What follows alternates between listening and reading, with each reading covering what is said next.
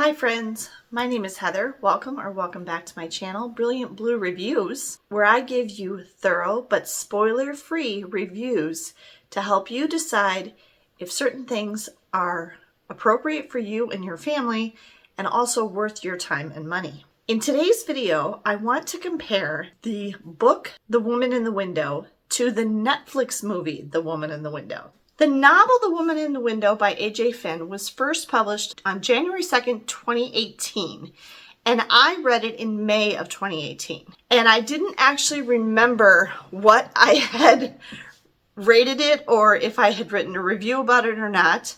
I don't know when Netflix got the rights to it and when they made the movie or when the movie version first appeared on Netflix. I don't think it was terribly long ago, but it has been on there for a while. I've had it on my list on Netflix to watch for a while, and I finally got around to watching it last night. So I watched that on February 22nd, 2025. It has a very good cast. The main character, Dr. Anna Fox, who is a psychologist, is played by Amy Adams. The role of her husband is actually played by Anthony Mackie, and they have a young daughter. There's two detectives. There's her downstairs tenant, who lives in the basement apartment. I kind of recognize that actor, but I'm not sure who he is.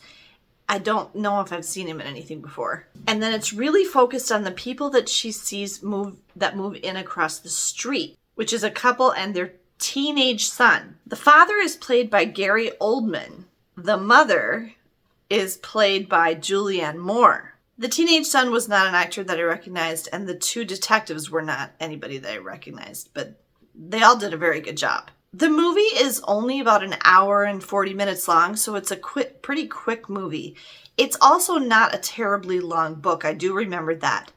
There's not a lot to it. It's a pretty simple concept. It's basically centers around the fact that she is a shut-in in her home because of her agoraphobia. And she kind of observes everybody that she can see from her house.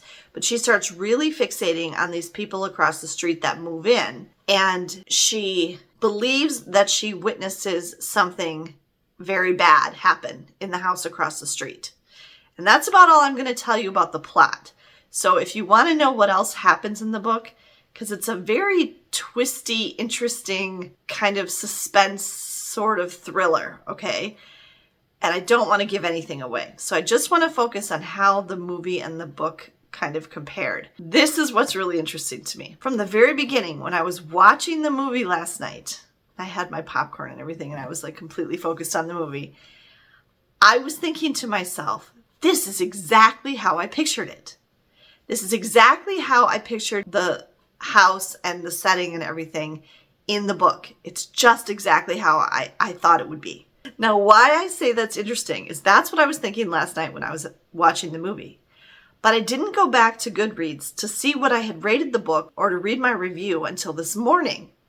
And I was very shocked at myself to see that this is what I said.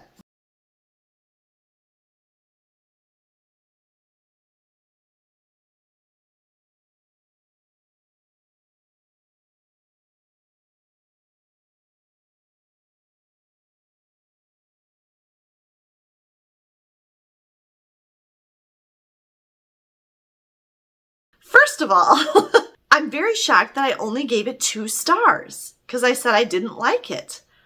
I almost want to go back and read it again, but I really don't like rereading mysteries or suspense or thriller books because once I already know what happens and like who did it and everything, a lot of the enjoyment I get from reading those type of books is gone. So I'm not going to have that same suspenseful, wondering what's going to happen feeling again. I can't recreate that when I've read it already and I know what's going to happen. So I don't know. How do you guys feel about that? Do you ever reread that type of book? The idea of it doesn't appeal to me. But I kind of wonder if based on the first part of my review, if I was actually really enjoying the book and maybe I would have rated it higher, like at least a 3 or a 4. I would give the movie a 4. So the Netflix movie, I would give 4 out of 5 stars.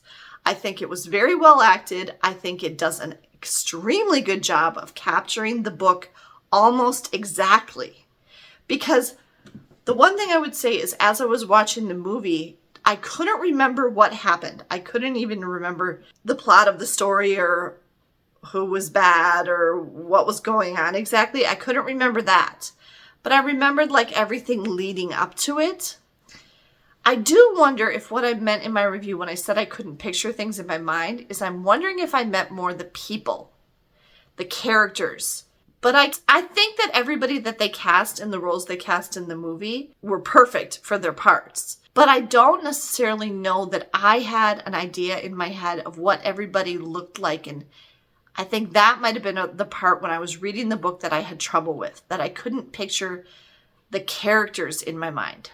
In that regard, the movie does a wonderful job of bringing this book to life in a visual way so that you can see what everybody looks like and you can really get a more nuanced understanding of who their characters are. Amy Adams plays this role perfectly. I mean, just how she looks and the fact that she's basically in a nightgown or a robe in almost the entire movie is really interesting and really captures like what her life is like. She's also really struggling with like abusing alcohol. She's drinking way too much wine. She's on a number of medications that her psychiatrist is trying to use to help her treat the agoraphobia. They actually think she's hallucinating and that that's part of the problem and that it's an issue with her medications. There's just a lot going on with her that Amy Adams, the actor, does a really good job of capturing. And I do remember even that she kept having kind of these visions or dreams, and the conversations that she would have with her husband and her daughter. I remember all of that from the book. I remembered it once I started watching the movie. And I think the movie helped me to better understand what the author was going for in those things in the book. Because I don't think when I read the book, I quite understood it. There's a reason you won't understand it in the book, but you don't realize that until later. But because of the way they did it in the movie, I got it a little more and I understood it. Sorry if that's vague. But I just really do think that the movie captured some things that the author was trying to do in the book and brought them to life in a better way. So I still would say I think the movie might be better than the book in this case.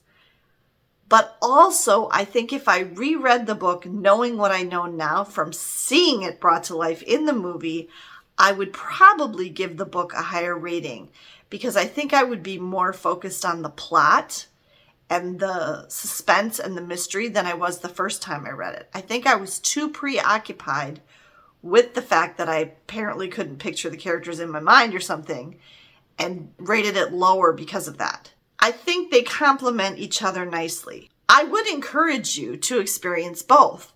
And I actually don't know that it matters if you read the book or watch the movie first. I think you could do either one. If you have done it the other way, where you've watched the movie first and then you read the book, let us know that in the comments below and tell us how that experience was for you. I was surprised by my rating of only 2 out of 5 for this book. I think if I read it again, I would probably end up giving it at least a 3. And I would definitely give the Netflix movie starring Amy Adams 4 out of 5 stars. So that's my review of The Woman in the Window and how the book and the Netflix movie compare. I hope this was helpful to you at least a little bit with me having to be pretty vague and not give away any spoilers. It is a good story and worth taking the time to watch. And if you do like reading, I would encourage you to read the book too. And like I said, I don't think it really matters which one you do first. But if you have a strong preference in that regard, then do that. You know, if you always want to read the book first before you see the movie, definitely do that. But if just after you watch the movie you think, I kind of like to read the book and see how they compare, I think that would work fine too. Thanks for taking the time to watch this video. I hope you enjoyed it. If you did, please be sure to give me a thumbs up and make sure you subscribe to my channel so you don't miss any of my other upcoming reviews. Have a great day, everyone, and I'll see you next time.